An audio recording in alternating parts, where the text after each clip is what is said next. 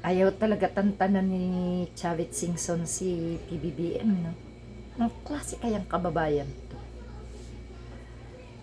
Pati military, ginagawa niya ng issue. Mapansin lang siya. Hindi kasi siya pinansin sa Miss Universe Organization. Masyado kasing hilong-hilo yata sa dami na ng pera niya.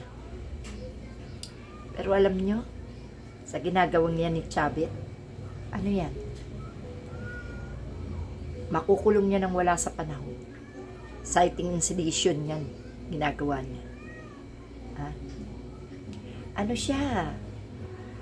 Desperado. Gustong gusto niya mawala si Marcos sa posisyon habang wala pang 2028. Alam niyo bakit? Kasi kabado sila sa eleksyon eh.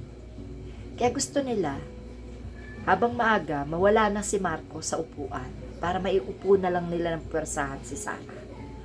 Yung mga hinayupak na yan, mga ano yan eh. Suportado yan.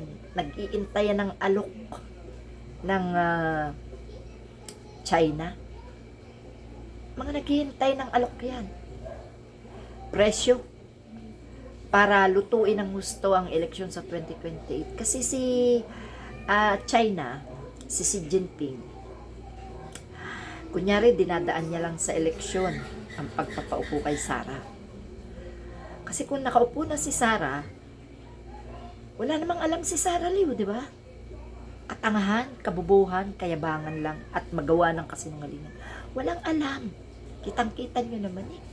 Kahit sino ang mag-interview, tanga sumagot.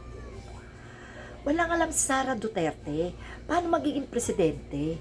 Kaya lang yan, ipinupush nila na maging presidente. Yan ay sa kagustuhan ng China. Nakasanla tayo sa China. No? Kitang-kita naman eh. Tingnan nyo, ginagamit ni Xi Jinping ang West Philippine Sea para mapatunayang sila ang may-ari, sila ang dapat na nandiyan dyan, humahawak niyan. Pangalawa, ilang eleksyon na ang minamanipula ng China. Yan si Garcia, dapat mawala talaga sa COMELEC yan.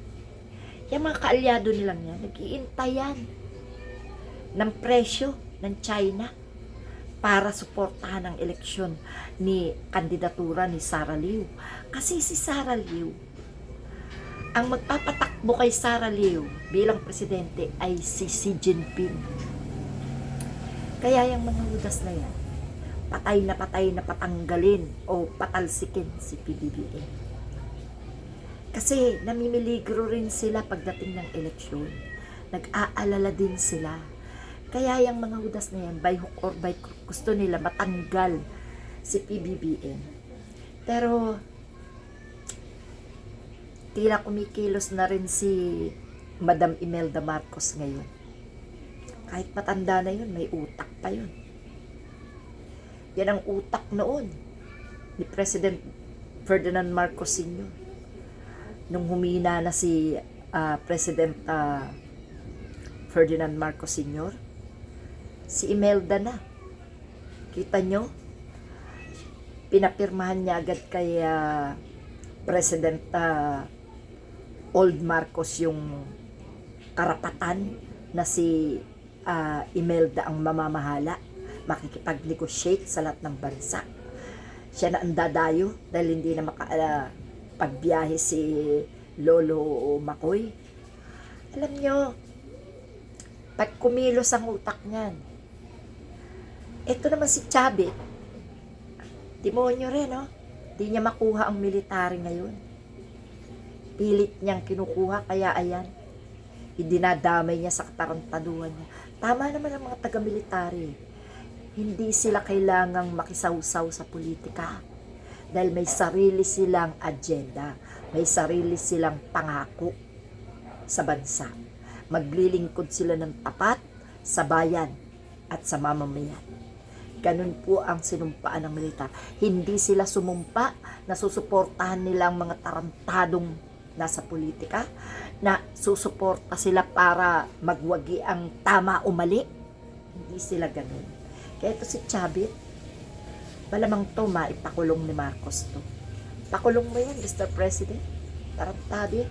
Ang dami pong nagme-mensahe sa akin ng mga taga Ilocos. Tinatawagan pa ako sa ano, dito sa WhatsApp. Sinasabi nila ang katarantaduhan ni Chavit Singso. No? Galit na galit sila dyan. Ngayon, nagwawala na si Chavit. Kasi una, di rin siya nagtagumpay sa Miss Universe organization. Ngayon naman, ayan na. Yung kanyang panawagan. Ano yun? One big one, ano yun? Big time, no? Yan yung ano eh. Yan yung sinisigaw niya nun sa EDSA, People's Power. Doon sa EDSA People's Power Monument. Ganyan siya. Yan ang pinagsisigaw niya. Ngayon, anong pinapanawagan niya? Pinapanawagan niya against kay PBBM. Ako, Chavit. Tandaan mo to. Mga ilang araw lang, kulong ka na dahil sa ginagawa mo. No? Wala sasama sa'yo. Walang papayag. Si Duterte maiupo kapalit ni Marcos. Wala. No? Kahit anong gawin nyo, kahit magpaka-sub pa kayo sa kalye, wala kayong mahihita. Dilat na ang taong bayan. Alam na nila ang mga baho nyo. Hinihintay na lang namin makulong ang lahat ng senador at kongresista, kayo ng mga plunderer, kayo ng mga kurap, at ang impeachment case ni Sara Duterte, ang pagkakaso ni Senador Trillanes sa mga Duterte, at ang pagdampot na rin kay Harry Roque. No? Kaya, unti-unti na kayo eh. No? So ngayon, babanat na naman yan ng mga DDS sa akin. No? Iyak na naman yan dito sa mga sinasabi ko. Gaya niyan, ano? May mga piling-piling vlogger na, no? Ha? May vlogger na tila hindi na kinakaya ang mga pangbabastos at pambabalawuran mga DDS. Pero kung ako sa inyo, hindi kayo susuko dyan sa mga nayupak na yan. Huwag niyo sukuan yan. Pasok dito, pasok dyan. Basahin niyo man. No comment lang, tawanan niyo. Ha ha ha. Gawin yung vitamins. Ang mga DDS na tanga at bobo. No? Kasi yan ang panlaban nila eh. Para huminto kayo eh. Kayo hinto. Karuwagan ang sumusuko sa laban. Okay?